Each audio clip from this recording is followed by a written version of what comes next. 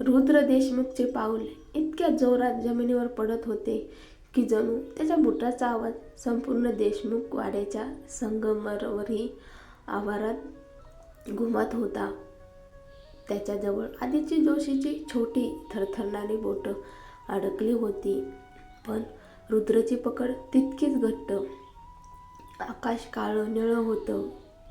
पुण्याच्या टेकड्यांमधून रात्रीचा गार वारा वाहत होता. देशमुख हवेलीसमोर उभी असलेली काळ्या रंगाची अतिशय आलिशान BMW त्या अंधारातही चकाकत होती.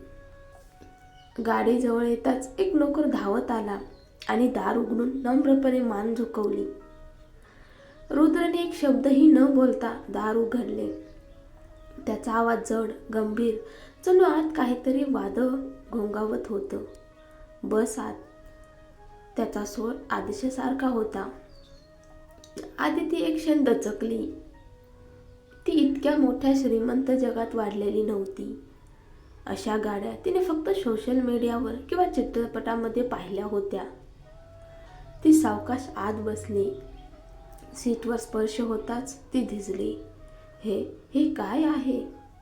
तिच्या ओठावरून नकळत सुटले.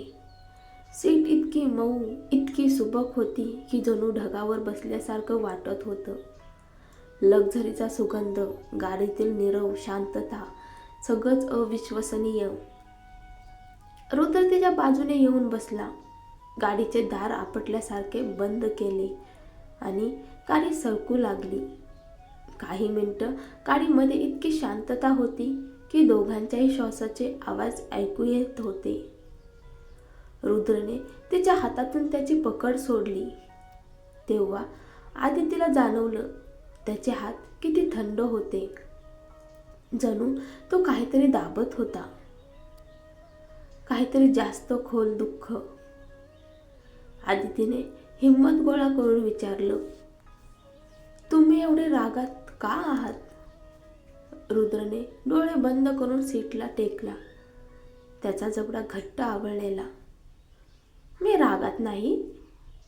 त्याचा आवाज कमी पण धोकादायक होता. आदितीच्या भुवया वाकल्या. तर मग तुम्ही एवढं ओढून का नेलं मला?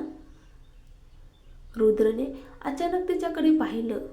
तिच्या डोळ्यातलं निरागसपण त्याला एक सेकंद शांत करतं, पण तो ताबडतोब नजरा वळवतो. गाडी हवेलीच्या मुख्य प्रवेशद्वारासमोर थांबते.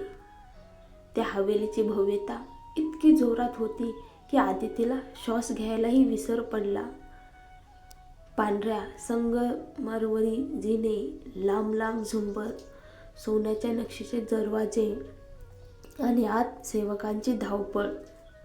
ही हवेली नव्हती, हे तर एक साम्राज्य होतं. सुनैना दारात उभी होती. तिच्या चेहऱ्यावर काळजी, तणाव, भीती सगळं एकत्र होतं. सर, आत या, उशीर झाला आहे.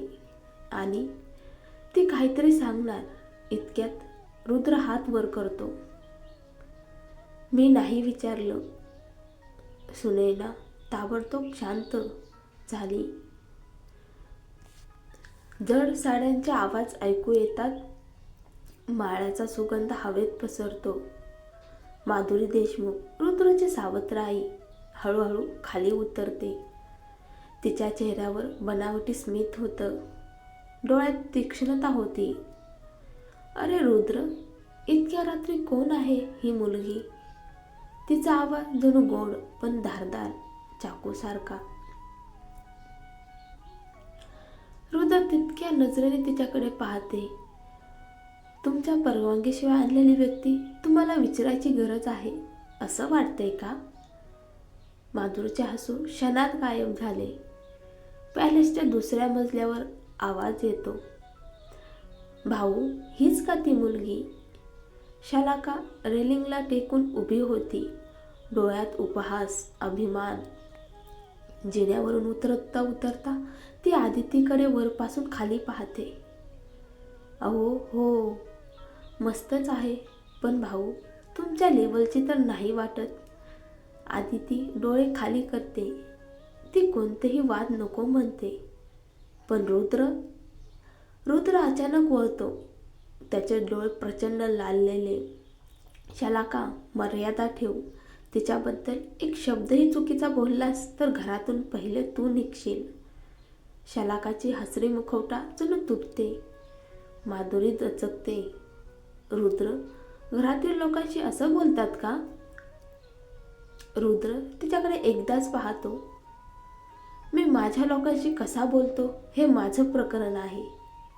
ती अत्यंत लहान, हरवलेली, घाबरलेली वाटते. इतका मोठा भांडण तिच्यामुळे होत असल्यासारखे तिला वाटते. ती हळू आवाजात म्हणते, मी जाऊ का? मला वाटतं मी इथे नको. रुद्र तिचा हात पकडतो. हळू, थंड पण घट्ट. तू इथेच राहणार आहेस आदिती? आदिती थक्क. पण नो आर्ग्युमेंट्स. त्याचा आवाज स्टीलसारखा कठोर होता. एक नोकर दुसऱ्याला म्हणतो, कुणाला घेऊन आलेत रुद्र साहेब, आणि एवढं रागात का? दुसरा हळू म्हणतो, काहीतरी मोठं चाललंय. साहेब अशा अवस्थेत कधी घरी येत नाहीत. रुद्रचे कान आवाज पकडतात. तो वळून भडकतो. काम करा, गप्प बसायचा प्रयत्न करा. सगळे नोकर स्तब्ध. रुद्र आदित्यला घेऊन जिना चढू लागतो. माधुरी आणि शलाका तिच्या मागे बघत उभ्या. माधुरी दात ओठात चावत पुटपुटते, ही मुलगी घरात पाय ठेवलेली मला अजिबात सहन होणार नाही. शलाका हसते. तुम्ही बघत जा आई, उद्या पहाटेच्या आत मी हिला इथून पळवते. दोघींच्या चेहऱ्यावर कटकारस्थानाची सावली होती. जिन्यावर चढताना तिचे डोळे पाणवतात. रुद्र, मी तुमच्यासाठी प्रॉब्लेम तर ठरत नाही ना? रुद्र थांबतो. हळू वळतो. त्याच्या डोळ्यात काहीतरी वेगळंच, जणू दुःख, राग, ओढ सगळं मिसळलेलं. तो फक्त एकच वाक्य म्हणतो, तू माझ्यासाठी समस्या नाही. तू माझ्यासाठी आता कुठेही जाणार नाहीस. आदित्यचे हृदय जोरात धडकते.